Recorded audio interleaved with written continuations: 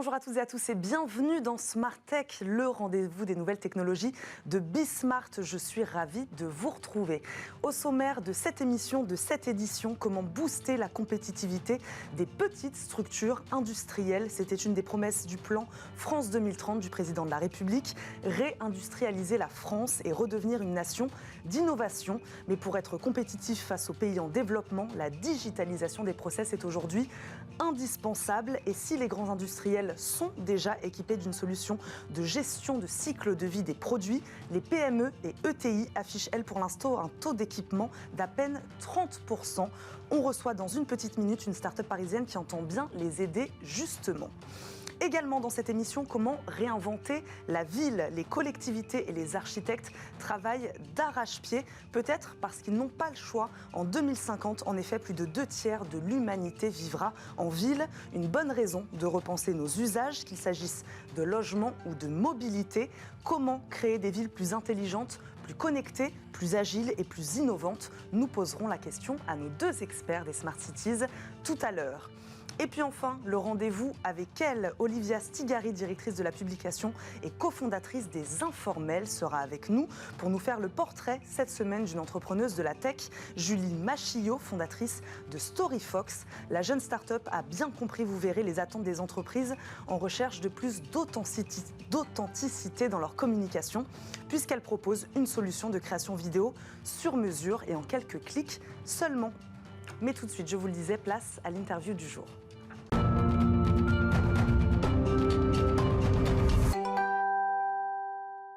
Réindustrialiser la France, oui, encore faut-il aider les plus petites structures industrielles, celles qui font le tissu économique de nos territoires. C'est la mission que s'est donnée la start-up parisienne Alétique, améliorer leur compétitivité et accélérer l'innovation en facilitant la gestion du cycle de vie de leurs produits. Enjeu majeur pour générer des gains de productivité pour les industriels, mais malheureusement encore trop peu déployés dans les PME et ETI industriels. On en parle donc avec notre invité, Geoffroy Ricard, PDG et cofondateur d'Alétique, qui nous accompagne aujourd'hui.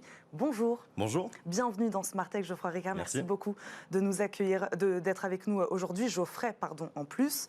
Ce plan France 2030, je le disais en préambule de cette émission, annoncé par le président de la République, Geoffrey Ricard, c'est une vraie opportunité pour les PME industrielles, où justement, il a mis en lumière le retard considérable de ces PME et ETI sur cette question-là. Oui, tout à fait, c'est une vraie opportunité et c'est la mission qu'on s'est fixée aujourd'hui chez Alétique. Notre mission, c'est vraiment de donner les moyens aux entreprises industrielles de faire face aux grands enjeux actuels. Et comme vous l'avez dit, la réindustrialisation est aujourd'hui identifiée comme une des priorités en France et en Europe. Il faut savoir qu'en 2021, c'est 120 nouvelles usines en France, avec les 3/4 issus de la relocalisation. Et donc, vraiment, l'enjeu pour les industriels, pour assurer cette réindustrialisation, c'est d'une part de miser sur l'innovation, mais également d'améliorer leur compétitivité face à celle des acteurs internationaux et notamment à celle des acteurs des pays émergents. Et donc, chez Alétique, concrètement, on propose une solution PLM, ou solution de gestion du cycle de vie produit, qui est très simple d'utilisation et rapide à déployer, et qui permet aux industriels, d'une part, d'accélérer l'innovation en diminuant de 30% leur time to market, donc le temps nécessaire entre le lancement d'un projet industriel et la mise effective du produit sur le marché. Et on leur permet également d'améliorer leur performance opérationnelle avec des gains qui peuvent aller jusqu'à plus 50% en marge brute.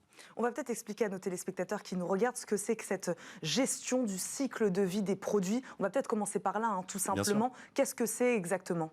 Bien sûr, un produit industriel chez une entreprise industrielle va connaître différentes étapes sur son cycle de vie. La première, c'est l'étape de conception, où on va vraiment définir ce produit avec des modèles 3D, des plans, des configurations et tout un ensemble de données qui sont complexes à gérer, qui vont évoluer dans le temps et dont la traçabilité est très difficile à assurer. Ensuite, il y a tout un processus de fabrication, où on va gérer vraiment le processus de fabrication, c'est-à-dire comment je fabrique ma pièce dans l'usine, quelles sont les instructions pour mes opérateurs. Et enfin, il y a toute une partie qualité où je vais attester que ma pièce est bien conforme aux exigences de mon client et je peux la mettre sur mon marché. Et donc, sur tout ce cycle, il y a énormément de données qui sont complexes à gérer et actuellement des fonctionnements en silo entre les équipes opérationnelles qui vont avoir chacune leur gestion particulière et vont avoir du mal à partager et à collaborer sur ces données.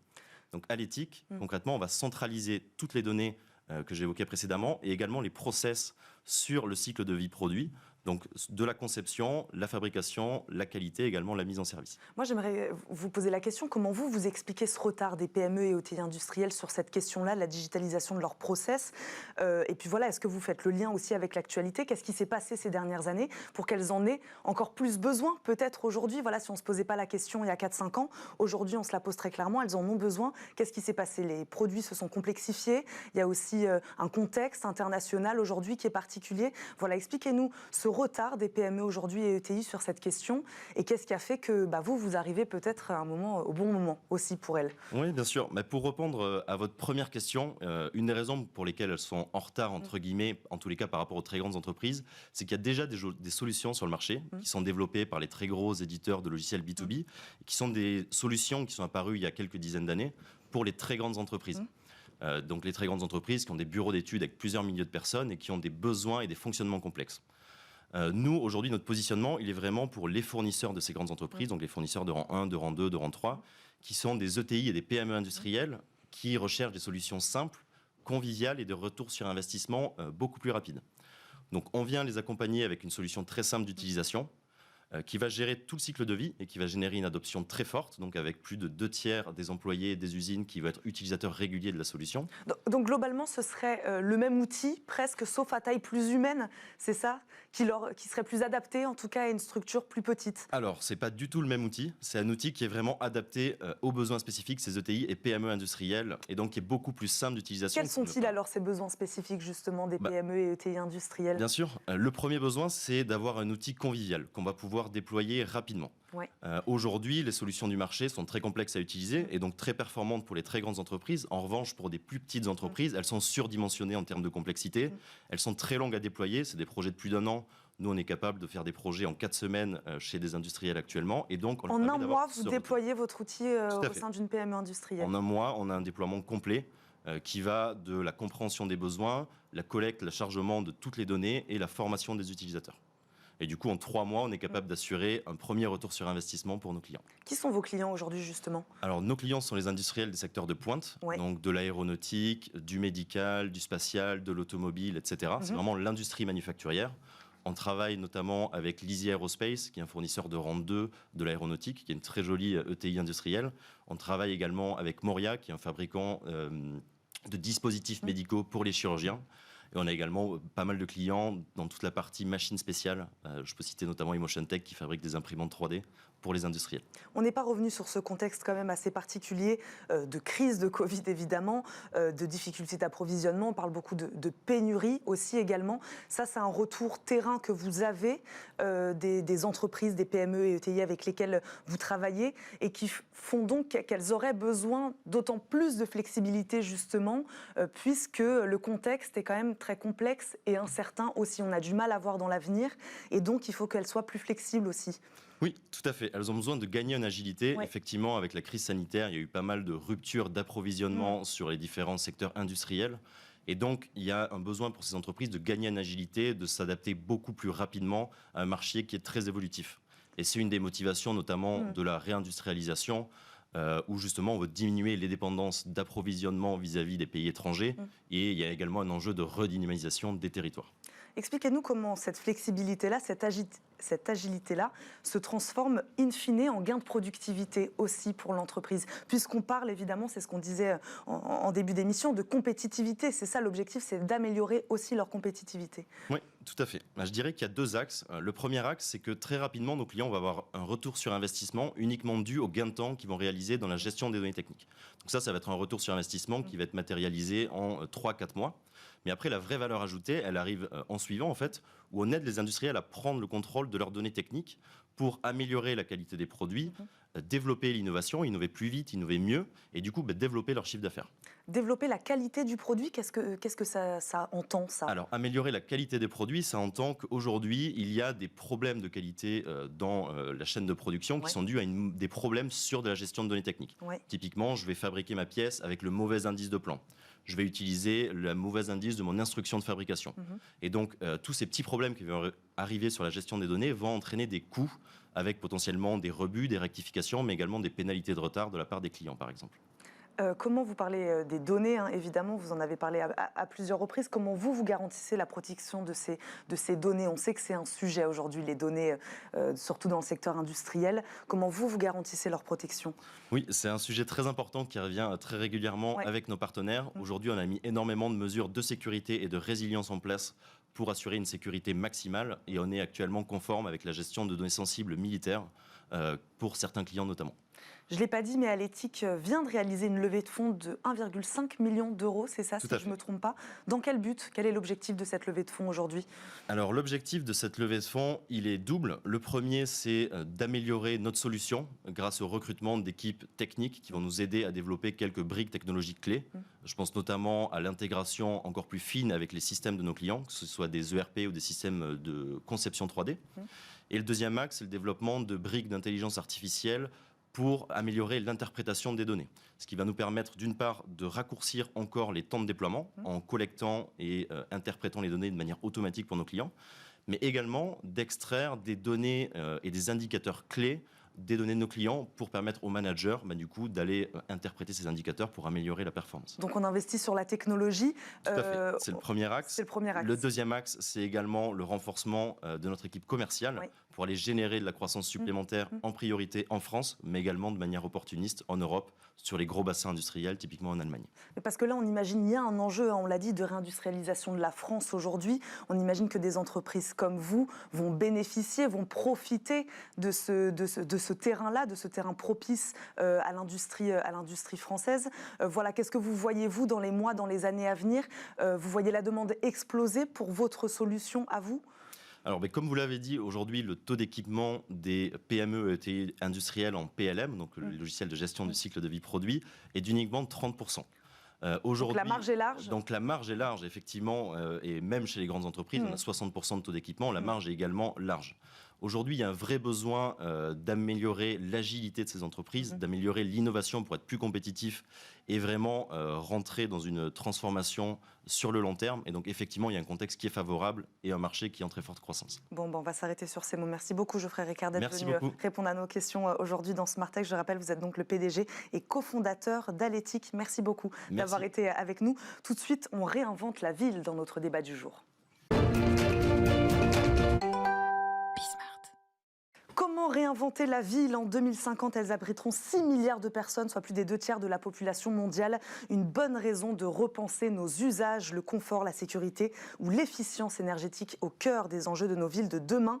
Des enjeux et des outils technologiques à leur service, bien sûr. 2 experts terrain des Smart Cities nous accompagnent aujourd'hui pour ce débat. Quentin Barène nous accompagne, cofondateur de Wintix. On prononce Wintix? Wintix, exactement. C'est ça, exactement. Bonjour. Entreprise qui développe le logiciel d'analyse automatique de vidéo City Vision. On va en parler, évidemment. Merci d'être avec nous aujourd'hui. Merci de m'avoir invité. Dans Smart Tech. Manal Rajdi nous accompagne également. Bonjour. Bonjour. Merci beaucoup de nous accompagner aujourd'hui également. Architecte, gérant et fondateur de Oxo Architecte. Merci beaucoup à tous les deux d'être là. Quentin Barène, on parle de réinventer la ville comme s'il fallait la repenser entièrement. Dans les faits, c'est le cas? Repenser entièrement, je pense que c'est un gros programme. La question de repenser la ville, aujourd'hui, elle est essentielle. Ouais. Parce que pendant très longtemps, les villes ont été des lieux d'attraction, des pôles économiques où il y avait du boulot, des pôles culturels, des pôles de loisirs. Et depuis quelques temps, notamment, ça s'est un peu accéléré avec le Covid, il y a un certain désamour des villes qui est arrivé. Pourtant, les villes, il faut le savoir, c'est des acteurs qui peuvent être essentiels pour la transition écologique. C'est des lieux d'habitat dense, où du coup c'est plus facile de piloter les consommations énergétiques. C'est des lieux où l'organisation des transports, qui peuvent être des gros émetteurs de CO2, est plus facile, parce qu'on peut avoir des réseaux de transport en commun. C'est des villes denses, c'est aussi un bon moyen de lutter contre l'artificialisation des terres agricoles. Donc il y a un gros enjeu de repenser cette ville pour que les villes soient à nouveau attractives, que les gens ont envie d'y habiter, que les villes soient à la fois des lieux agréables à vivre et des lieux sobres en termes de consommation d'énergie. Donc oui, il y a des choses à faire. Ça tient plutôt on va dire aujourd'hui, d'ajustement, de nouvelles façons de penser, de nouvelles façons d'aménager, plus que de la révolution. Notamment la ville du futur, je ne pense pas que ce soit une ville futuriste, c'est une ville agréable à vivre et sobre en énergie. C'est ça l'intéressant de ce mot-là d'ajustement, Manal Rajdi, les bases, les fondations actuelles d'une ville, je ne sais pas, on peut prendre l'exemple de Paris, mais c'est un avantage pour l'architecte, par exemple, que vous êtes, c'est-à-dire on ne repense pas entièrement la ville, on s'adapte à ce qu'elle nous offre déjà aussi. Alors, il faut dire que les villes ont de tout temps été intelligentes. On a envie de se lancer dans une réflexion en se disant que la ville du futur sera intelligente, ce qui est de toutes les façons un chemin naturel de toutes les villes. Aujourd'hui, la ville de Paris est une ville très intelligente par rapport à son fonctionnement, son organisation, la manière dont les îlots haussmanniens fonctionnent. C'est cette densité qui est extrêmement intéressante et intelligente, la manière dont les bâtiments sont construits. Tout ça, c'est des enseignements, finalement. On fait le tour et on revient à des basiques, à des fondamentaux. Construire en bois, en pierre, construire des infrastructures à côté de là où on habite, le travail, l'évolutivité aussi du bâtiment haussmannien est extrêmement facile, contrairement aux bâtiments modernes. Donc oui, c'est un terrain de jeu qui est incroyablement passionnant de se replonger dans cette qualité-là et d'essayer de la faire réémerger par des projets qui sont à la fois sensibles à l'environnement et aussi très économes en énergie et en consommation, parce que c'est ça aussi l'objectif des villes futures, c'est de faire en sorte qu'il y ait une projection qui soit raisonnable en consommation carbone. Et ça, c'est un vrai défi. C'est une contrainte avec laquelle vos deux organisations doivent travailler, doivent évoluer avec cette sobriété énergétique. C'est important. Bien sûr, nous, chez Wintix, on travaille sur le sujet de l'intelligence artificielle, en particulier l'analyse automatique de vidéos pour produire des statistiques qui vont servir à mieux piloter les villes. Il faut savoir que l'IA, ça peut être une discipline qui est assez consommatrice en énergie. Nous, dans notre produit CityVision, on a pris ça comme une hypothèse de travail qui est qu'on veut faire de l'IA de façon raisonnée en termes de consommation énergétique. Donc notre logiciel, pour être très concret, il est hébergé dans un mini boîtier qui consomme 12 watts. 12 watts, c'est rien du tout. Et avec ce petit boîtier de 12 watts, ça permet aux villes de disposer de tout un tas de données pour comprendre comment s'organisent les flux de mobilité, comment on peut mieux piloter une infrastructure cyclable, des trottoirs, quelle place on doit donner à chaque mobilité. Et oui, je pense que dans la conception des produits et des initiatives qui sont déployées par les villes, il faut tenir compte dès le début de cette composante énergétique. On va revenir évidemment dans le détail de votre solution, mais ça, j'imagine que c'est peut-être une question que se posent les gens qui nous regardent là, c'est-à-dire sobriété numérique, énergétique, c'est envisageable lorsqu'on parle d'une ville plus connectée, plus intelligente, avec plus d'outils tech à sa disposition. C'est faisable, Manal Rajdi ? Alors, plus de technologie ne veut pas dire plus polluante. C'est possible de faire... D'abord, si on veut faire une ville qui soit sobre énergétiquement, il faut d'abord que la ville elle-même soit conçue et pensée de façon écologique. La technologie vient après. Ouais. Moi, je milite pour que les bâtiments soient eux-mêmes intelligents et soient eux-mêmes dans leur manière de conception, dans la manière dont ils sont réalisés, dans leur bilan carbone, avant que la technologie n'intervienne. Quand on compte sur la technologie qui évolue tous les 3, 4, 5, 6 mois, on fait en sorte que les bâtiments soient tout de suite obsolètes quand on les construit. Donc il faut d'abord qu'il y ait une... Qu'est-ce qu'un bâtiment intelligent, alors expliquez-nous. Alors d'abord, c'est une pensée et surtout une conception bioclimatique dès le départ. Il faut savoir qu'un bâtiment doit être avec des matériaux écologiques construits. Il doit aussi avoir une consommation. Il doit avoir aussi faire en sorte qu'il soit protégé des éléments pour ne pas devoir rafraîchir. Donc on protège les façades. Donc tout de suite, c'est énormément de façons de mettre en place une conception intelligente qui va faire que le bâtiment en lui-même, il n'est pas consommateur d'énergie. Et puis après, il y a les besoins d'optimisation, les besoins d'ajustement qui peuvent être accompagnés. Mais moins on met de technologie dans un bâtiment, mieux il va durer dans le temps. Parce que c'est là où on va voir que la force d'un bâtiment, c'est aussi d'être permanent. L'haussmannien n'est pas du tout connecté à la technologie. Et il est très performant en termes d'énormément de paramètres et surtout de bilan carbone parce qu'il est bien construit et bien conçu.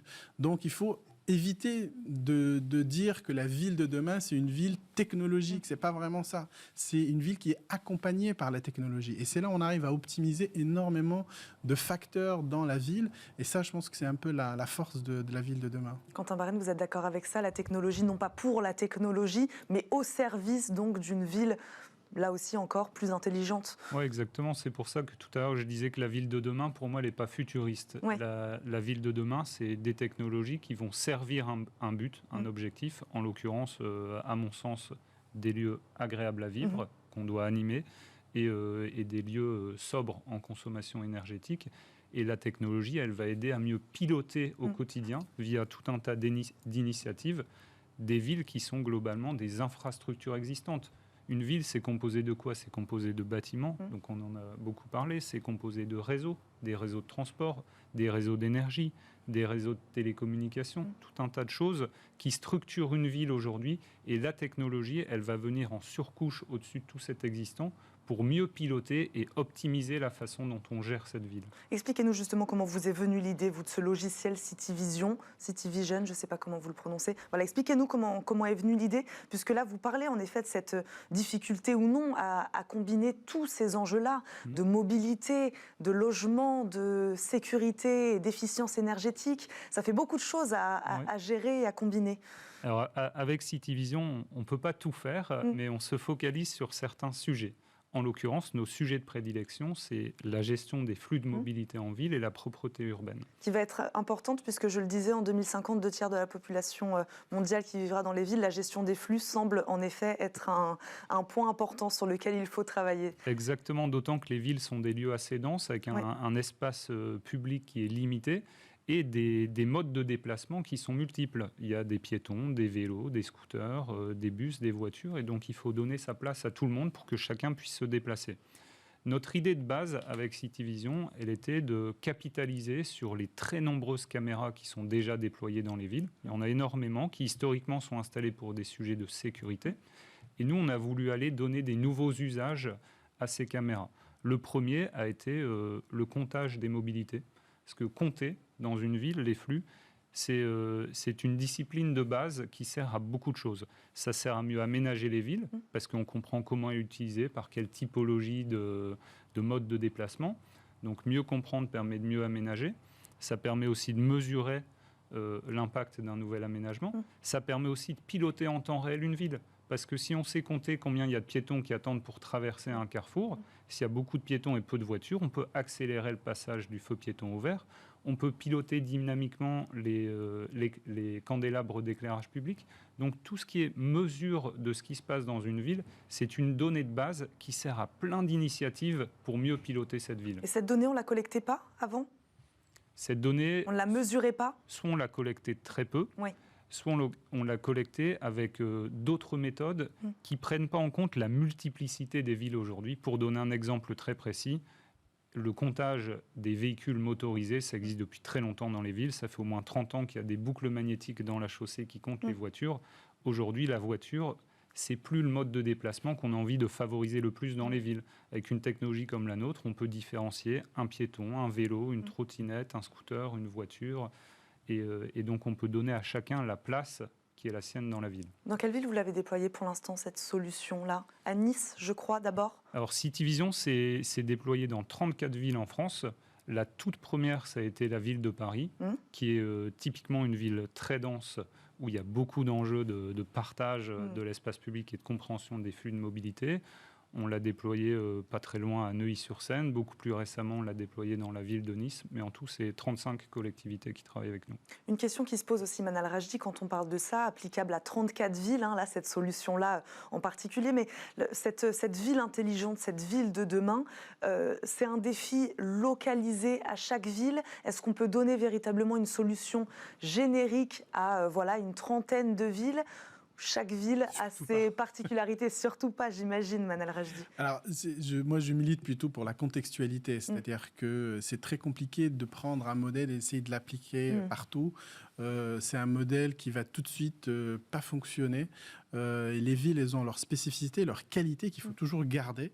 J'aimais bien le terme de surcouche technologique, c'est-à-dire qu'il y a d'abord les couches de base, et puis il y a une surcouche, quelque chose d'assez léger, qui va venir accompagner la ville.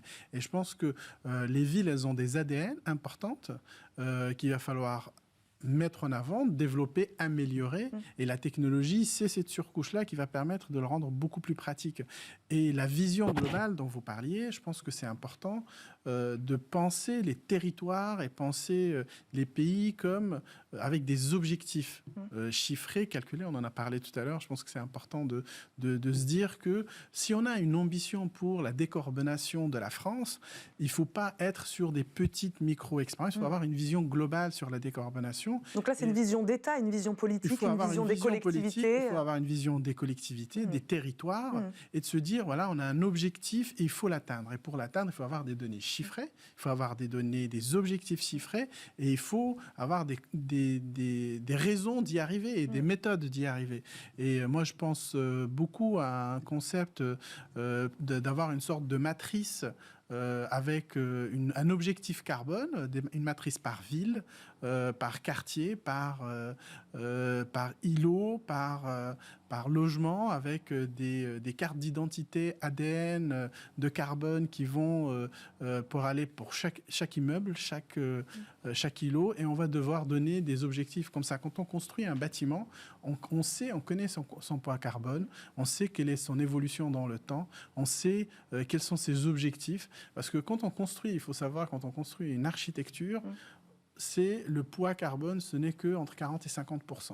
C'est l'usage du bâtiment derrière qui fait toute la différence. Donc même les bâtiments les plus intelligents, les plus écologiques, dans le temps peuvent dériver et ne pas être bien utilisés. Et donc c'est pour ça qu'avoir une carte d'identité par bâtiment et sur un ensemble d'îlots va permettre aussi d'avoir des objectifs chiffrés, ce qui va donner aussi une vraie visibilité. Et pour des gens comme mon camarade, ils vont avoir aussi une capacité de calcul et de savoir, voilà, on dérive pas, parce qu'on nous dit 3-4 degrés en 2050, c'est terrifiant, mais on ne sait pas aujourd'hui quels sont les moyens d'arriver à baisser. C'est pour ça que moi je dis il faut donner un objectif chiffré avec une vraie matrice qui va nous permettre d'atteindre ces chiffres. Justement, Manal Raji, donnez-nous un exemple concret, comment ça se retranscrit justement sur les nouveaux projets sur lesquels vous travaillez, par exemple avec les collectivités. Je sais que vous travaillez sur un projet d'arbre de vie, c'est ça, à Créteil notamment. Voilà, comment ce que vous nous dites là, tous ces objectifs, notamment de sobriété énergétique, se retranscrivent dans un projet comme celui-là, par exemple? Alors, sur des projets comme ça, on a tout de suite, dès le départ, intégrer une conception environnementale. Alors, ça comprend à la fois la construction, on construit avec du bois, on construit avec des matériaux biosourcés, on construit de façon écologique. La manière dont le bâtiment lui-même a été conçu multi-orienté pour pouvoir avoir une meilleure exposition. Et puis, on travaille aussi avec la biodiversité. On a un apport de biodiversité qu'on apporte sur le site qui est extrêmement important, avec une gestion qui est on va dire externalisée pour pas que les gens aient la culpabilité d'arroser eux-mêmes leurs propres plantes. On gère ça de façon extérieure par des entreprises. Et puis surtout, on se donne un objectif chiffré sur le poids carbone de ce complexe qui va être finalisé dans 3 ans, 2 ans et demi, 3 ans. Puis après, on va monitorer à la fois la biodiversité, les usages et se dire, voilà, ça c'est les objectifs qu'il faut atteindre. Il faut pouvoir être capable de les maintenir et avoir cette qualité de vie, parce qu'on propose à la fois la qualité de vie dans cette architecture-là, mais aussi on se propose des objectifs qui sont plutôt chiffrés. Donc c'est ça aussi, se dire une architecture responsable, c'est aussi une architecture qui se donne aussi des objectifs au-delà de ce qui est presque standard aujourd'hui, la construction environnementale et écologique. Quentin Barène, même question, comment on travaille dans une entreprise comme la vôtre avec les collectivités justement, puisque l'architecture a un lien avec aussi ce que vous faites. Si on construit des bureaux, il va y avoir du flux, voilà, de salariés qui vont se déplacer à tel moment-là. Si on construit des logements, voilà. Comment vous travaillez aussi avec cette architecture de la ville, avec ces collectivités-là? Oui, alors cette question est intéressante et ça va me permettre de revenir sur un point que je trouvais très important, qui est la notion de conception et d'utilisation. Et en fait, on le voit bien que dans des projets de villes de demain ou de réenchanter les villes, c'est un projet qui nécessairement est collectif. Collectif, ça veut dire il y a forcément une vision politique, parce que réenchanter la ville, c'est un programme de long terme, normalement. Il y a aussi les usagers de ces villes.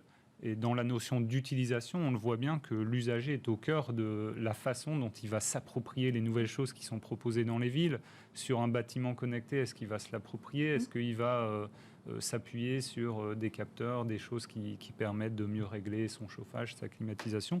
Et ensuite, bien sûr, il y a ce qu'on peut appeler les offreurs de solutions ou les prestataires, donc des architectes, des sociétés de construction, des sociétés plus technologiques comme la mienne. Et donc, ces projets de villes du futur, nécessairement, ils sont collectifs. Après, nous, comment on s'intègre dedans ? C'est une approche très partenariale. Nous, on travaille très généralement avec des villes, j'en ai cité quelques-unes, mais ce travail avec une ville, il s'appuie aussi souvent sur ce que nous, on appelle des intégrateurs systèmes, donc des sociétés qui sont spécialisées dans le branchement de solutions technologiques dans les villes. C'est historiquement des grands groupes issus du BTP ou de l'électricité, des sociétés comme Engie, des sociétés comme SPI, Vinci, Eiffage, j'en passe. Donc cette relation, elle est importante.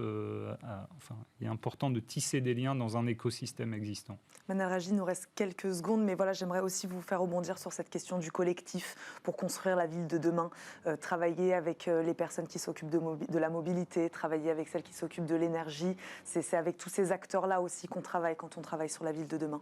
Mais la ville n'est que collectif. Oui. Et effectivement, l'efficacité de cette ville, c'est de s'appuyer sur les bons acteurs, avoir dès le départ dans la conception intégrer les mobilités douces, faire en sorte que les filières aussi de construction, matériaux biosourcés sont autour de la table, les politiques, les usagers, tous les acteurs font que cette ville peut devenir dans un futur proche, un futur désirable, écologique. Et l'ambition, je pense, de tous, c'est d'y arriver et se donner surtout les moyens. Mais aujourd'hui, je pense qu'on n'a pas vraiment le choix. On y va de façon très sereine vers cet avenir écologique. Maintenant, il faut trouver juste l'articulation la meilleure pour y arriver le plus facilement possible. Les usagers, je rebondis juste sur ce que vous dites, il nous reste quelques secondes, mais les usagers, on leur pose la question sur ce qu'ils veulent demain aussi dans la ville. Ils sont beaucoup plus moteurs, ils sont beaucoup plus engagés. Je vois les nouvelles générations, par exemple, ma fille est extrêmement engagée sans que je la pousse, parce qu'ils comprennent aussi les enjeux et ils savent que ça ne peut pas venir que de l'extérieur. Il faut aussi que ce soit une envie. Et quand on propose un projet environnemental, écologique à des clients, à des utilisateurs, ils vont tout de suite y aller. Ils n'ont plus envie de vivre dans le passé. Et ça, je pense que c'est aussi positif pour tous. On leur pose la question aux usagers sur ce qu'ils veulent. On terminera là-dessus. C'est intéressant aussi de leur poser cette question-là. En l'occurrence, nous, avec notre solution, on ne leur pose pas la question, mais en revanche, on mesure ce qu'ils font. Oui. Et donc, ça permet, dans la conception, de prendre en compte leur comportement et l'usage qu'ils ont de la ville. Merci beaucoup à tous les deux d'avoir répondu à nos questions aujourd'hui dans Smart Tech. Quentin Barène, je le rappelle, vous êtes le cofondateur de Wintix et Manal Rajdi, architecte, gérant et fondateur de Oxo Architects. Merci beaucoup à tous les deux d'avoir été avec nous. Merci à vous de nous avoir suivis. C'est pas complètement fini. On se retrouve tout de suite après une courte page de pub.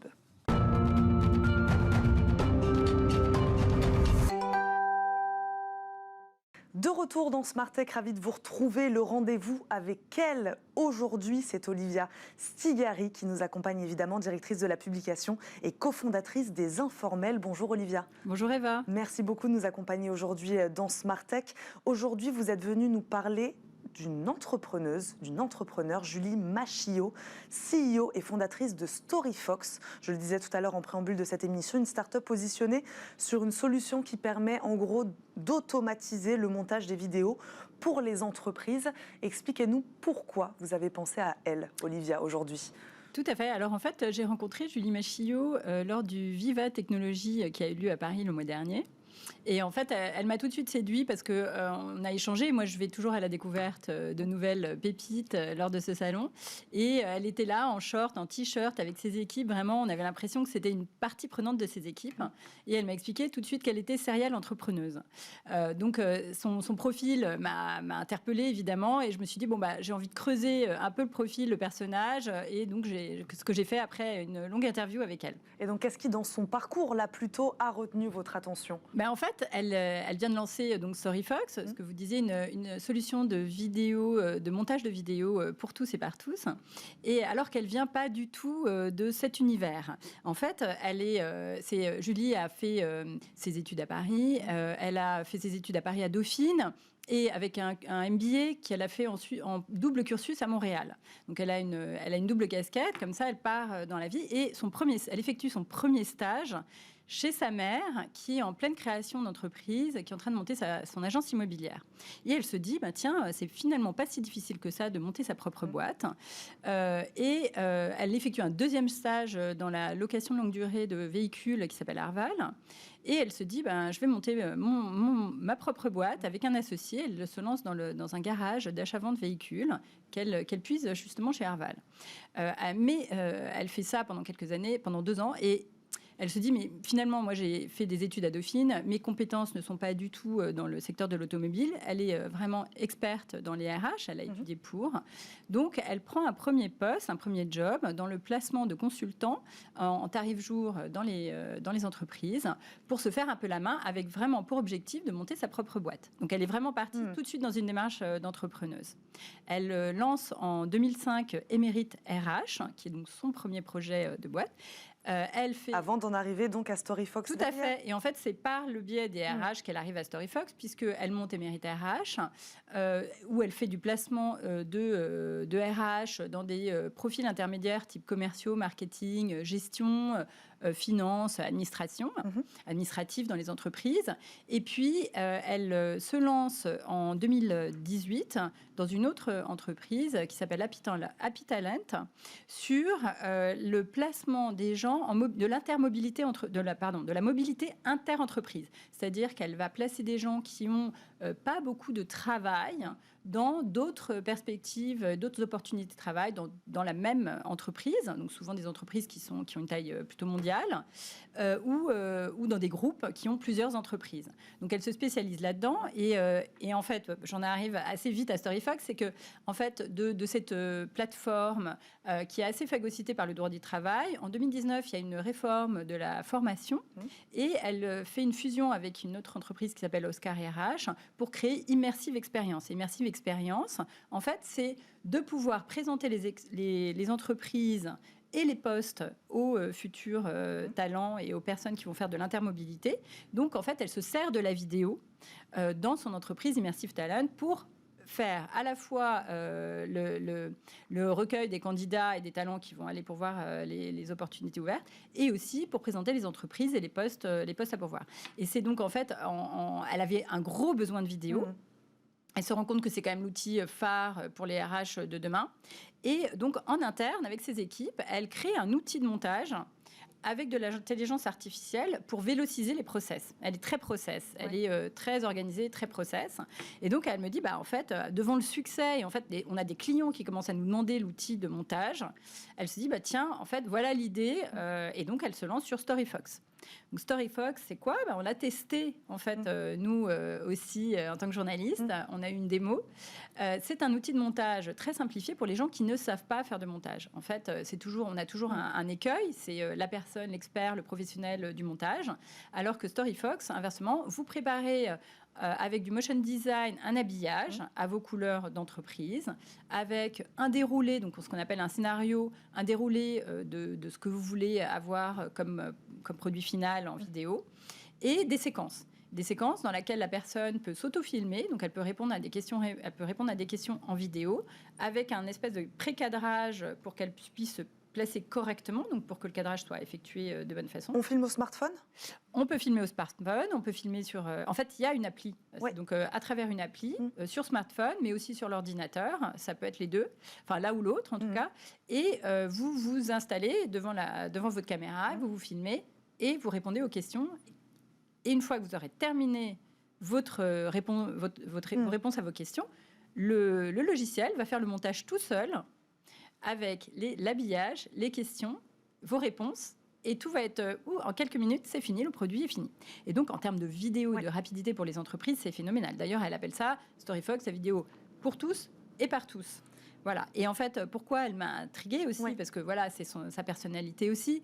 Donc, elle est à fond. Elle explique que, contrairement aux entreprises qu'elle avait créées auparavant, qui sont tout de suite dans une démarche de business revenue immédiat, elle est dans une start-up avec une scale-up qu'elle ne maîtrisait pas comme ces entreprises auparavant. Donc, elle est dans une toute autre logique. Elle a par ailleurs... elle s'est mise en retrait, donc elle est juste au board, elle ne dirige plus Emery, RH ni Immersive Experience.